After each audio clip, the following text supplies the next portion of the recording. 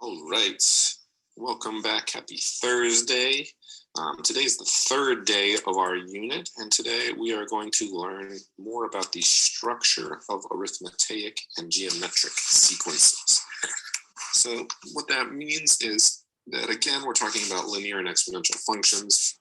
We're looking at the patterns, and we are still trying to figure out an easier way to create the expressions or equations or functions, if you want to call them that represent each sequence. So far, we've kind of just been guessing or trying figuring it out on our own. Today and next week, we'll be talking about more concrete and simple ways to create the functions or equations or expressions. So again, you're going to learn how to learn the structure of the sequences. So again, why is it important? Go ahead and take a minute. You can write just a simple sentence there of why you think it's important.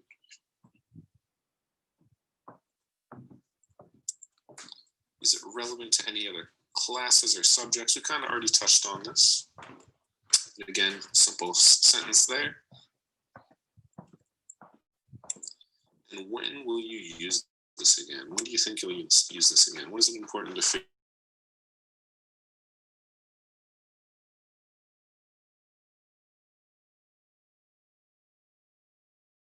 Historical events, if it takes place in the stock market or businesses, where do you think you'll use this again?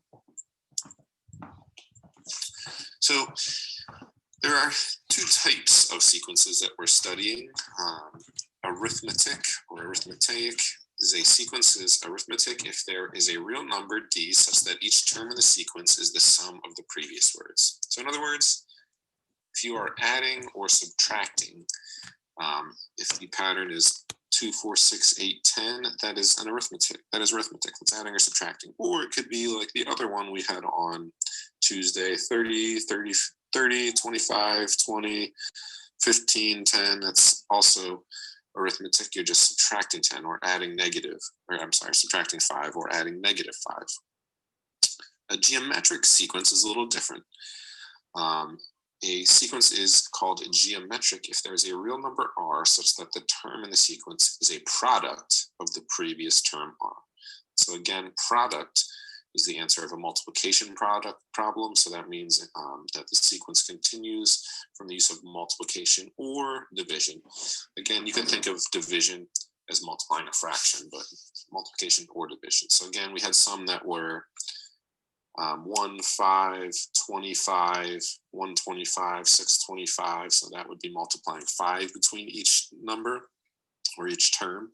You could also have division. So you could have 625, 125, 25, 5, 1, and so on. And that is dividing by 5 or multiplying by 1/5 each time. That would be a geometric sequence. So that's the main difference. Again, arithmetic is adding or subtracting between them. Geometric is multiplying or dividing.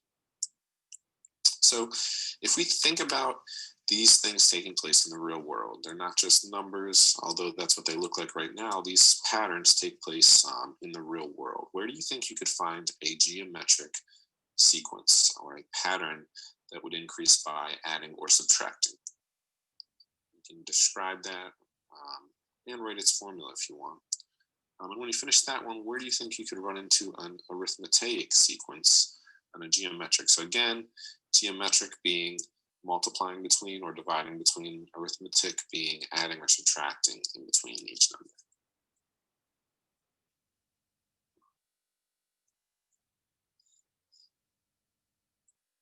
Again, you can just click and add it here. And here are some examples. So an arithmetic sequence could be a person's salary, right? If you make $2,000 a year, every year you would be adding $2,000 to your bank account. Again, that's if you don't spend or that's your net. So if you save $2,000, that means you have $2,000 the first year, $4,000 the second, $6,000 the third, and so on. A geometric one could be that you're getting a raise each year. This happens quite often. You get a cost of living raise, which could be anywhere from 1 to 5%. So if you get a 2% increase each year, that's going to change each year. It's not going to be the same amount. 2% of your salary will be different each year because your salary should be getting higher each year.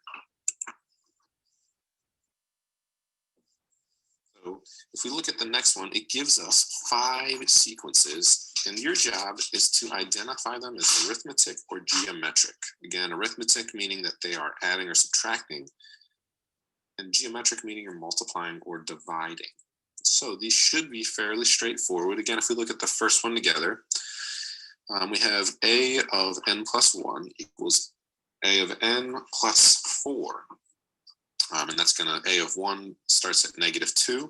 So if we think about this, that means that we're going to have -2 as our first term. And then from there, you're going to be adding 4 each time. This, I know it looks like a crazy, almost a different language, but what that's saying is your first term, so a of 1 is -2. And then it's telling you that you are adding 4 for every time after that. So that means your first number will be -2. Then you'll add 4, so your second term would be +2. Then you'll add 4, so your third term would be 6. Then you'll have 10, and so on. So, is that arithmetic or geometric? 2 is similar. We have our first term would be 8, and then it says that we are going to multiply, that dot is a multiplication symbol, by 1/4. So 8 times 1/4 would be 2. So you'd have 8, 2, and then again, it would continue on 1/2, and then it would continue multiplying by 1/4. Because you are multiplying, it should tell you that it is geometric. So go ahead and do 3 and 4 for me. If you have any questions, let me know. Again, all you're doing, you don't have to list the numbers out. Right now, I just want you to identify it, and then we'll list the next couple terms.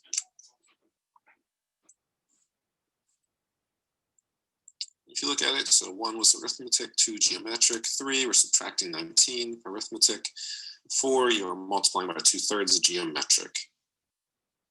For all of these, it's totally fine to use a calculator if you need to. Hopefully you don't for the addition or subtraction, but you may.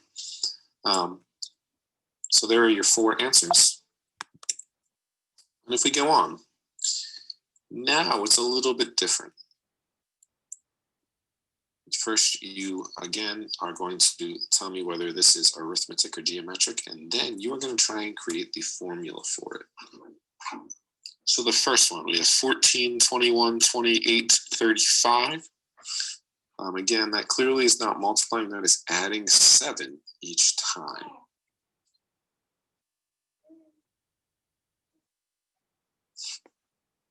So you are going to identify that if you're adding 7, whether it's arithmetic or geometric, and then try and write the formula.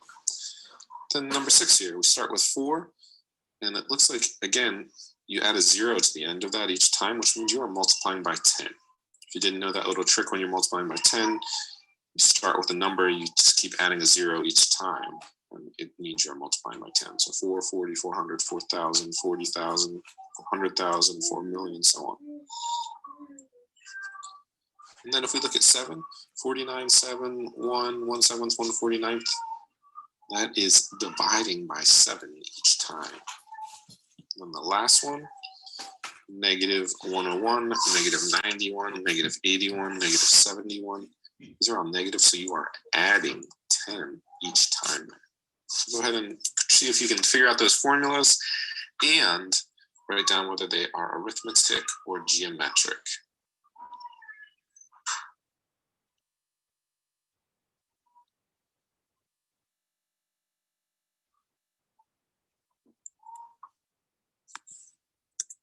And if we look at them, arithmetic, geometric, geometric, arithmetic, yep.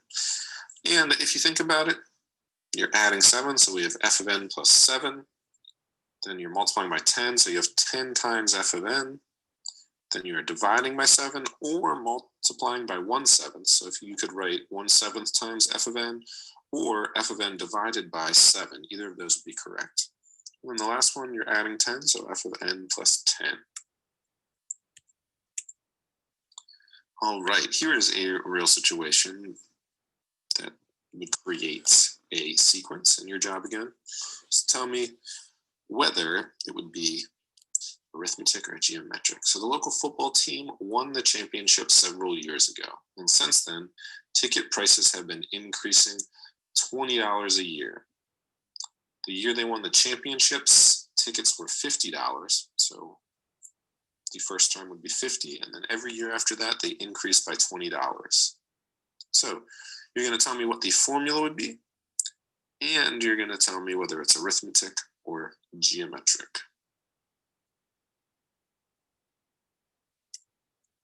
If you think about it again, your starting value plus 20 times n, so 50 plus 20n would be your equation, and it's adding 20 every year, so that would be arithmetic.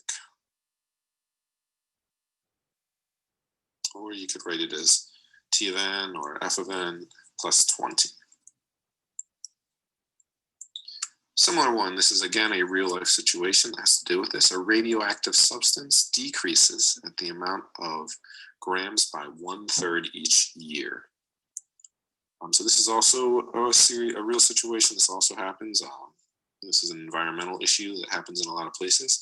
So if the starting amount of the substance in a rock was 1,452, and again, it decreases by 1/3 each year, you're going to write the formula or the equation, and then you're going to tell me whether it's arithmetic or geometric.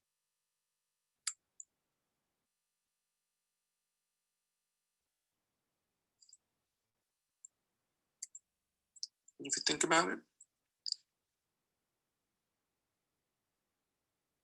it's decreasing by 1/3 every year. So you could have a couple different options there, but that means that 2/3 is still left. So you could have a sub n times 2/3, because that's what's left. 1/3 is what's taken away. So that's what's tricky in this one. I bet you a lot of you put 1/3 times a of n. But it's actually 2/3, because 2/3 would be left if it's decreasing by 1/3 each year. So you could either do the initial amount divided by 3 or 2/3 times the additional amount.